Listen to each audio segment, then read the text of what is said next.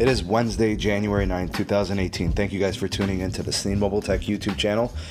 For those of you that are new to the channel and haven't really watched one of these videos before, what I like to do is at the end of quarters, as the results start to come out from different companies, different carriers, I like to highlight some of the important key facts from the results of those quarters, whether it be net ads or postpaid ads or prepaid ads. I kind of like to highlight those so people can see how the network companies have performed for the previous quarter. So what today's video is going to cover is some news from T-Mobile, Verizon, and as well as Sprint and AT&T we're going to mention. But I'm going to highlight T-Mobile for a specific reason. So for those of you that are on Patreon and support T-Mobile Tech on the Patreon page, you already were aware of what was going on with Verizon. Some of the information had leaked about the quarter 4 2018, and I highlighted it there in a post.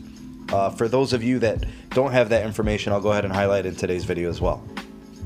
So I'd like to start first with what we have from T-Mobile. So at CES in Las Vegas today, we actually got some preliminary numbers from T-Mobile as to how they did in quarter 4 of 2018. So these are going to be some of the highlights. So these numbers are considered to be preliminary. They are not official, but probably very accurate, as T-Mobile wouldn't come out and say something that actually is not true. So at least when it comes to these types of numbers. So total net ads for T-Mobile for the year came in at 7 million net ads. So that's for the entire year of 2018.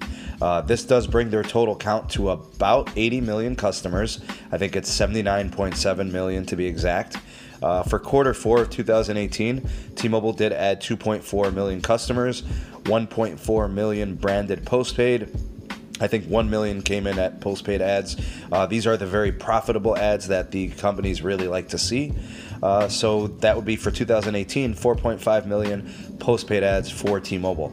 Also, they did declare that their churn rate was down to 0.99%, which is a great number, something that T-Mobile likes to try to decrease quarter over quarter, year over year. So 0.99, very, very good for them. They did add 135,000 prepaid ads on the prepaid side. So according to T-Mobile, they have declared that this is the best quarter 4 that they have ever had as it pertains to T-Mobile USA history. This is great news. T-Mobile is already coming off of a great quarter 3, so they followed it up with an awesome quarter 4 for 2018, ending off the year on a great note. So I would say that as of right now, I don't really care when Verizon, AT&T, or Sprint provide their numbers. T-Mobile obviously wins 2018, and I think it's hands down. I think they also win quarter 4. I think it's pretty evident that that is the case. T-Mobile is on a tear, quarter to quarter, year to year, adding customers, and they are showing no signs of slowing down. So the recipe for their success continues. Now, in terms of Verizon, they have also added customers. They added 1.2 million net ads, 650,000 on the postpaid ads. They haven't declared the exact number, but we do know that they have a very low churn rate. That is pretty much historically how they have been. Those are also preliminary results. We don't have the official words or documentation for those numbers just yet. So T-Mobile is a customer adding machine. I think that's the bottom line and the takeaway from this video. And I think the question is why? Why is T-Mobile so good at adding customers? I think there's a few things that are there. And of course, you guys are more than welcome to add something in the comment section to why T-Mobile is considered to be an adding machine. I think number one is, I think their Un-carrier image and their Un-carrier approach is a great way to approach marketing their company. I think it has worked up to this point. I believe the Un-carrier initiative started in 2013 or 2012, something like that, and it has been working for them for a number of years, and it continues to do so. The second thing is T-Mobile knows how to compete. They have come up in a business, in a carrier space, where it was really hard for them to gain traction, but once they did, they have continued on that path. And I think as their network continues to grow and they expand their LTE coverage and they expand their performance and they start competing better and better with Verizon and AT&T, and they stay competitive with their pricing, it's what allows them to continue to add customers. And the third thing I think is what they're really good at. They don't get in their own way. And what I mean is, Sprint has done this on numerous occasions, gotten in their own way. AT&T seems to continuously do this in a lot of different ways. And I think to a lesser extent, sometimes Verizon even gets in its own way. So, you know, who does T-Mobile take their customers from? I think that's also a pretty good question. And when you see all of these additions, it's probably something that comes to mind. And I think for the most part, they take from Sprint.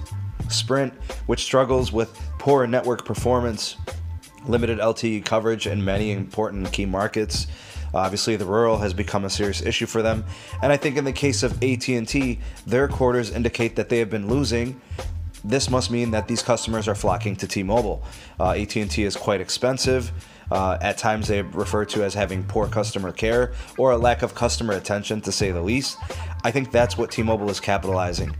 Now, to just update you guys on a couple of things, AT&T does have a lot of layoffs up and coming here in the future. I believe thousands of jobs. They have said that these layoffs will be significant. Following the tax cuts of 2018, there were supposed to be somewhere around like 10,000 jobs added due to these tax cuts, but that is not happening. In fact, AT&T is going to continue to lay off employees, which will obviously affect a lot of people. Very, very bad to hear those news. And also, a Band 14 update for AT&T, the first responder band, is now live in 500 markets across the U.S.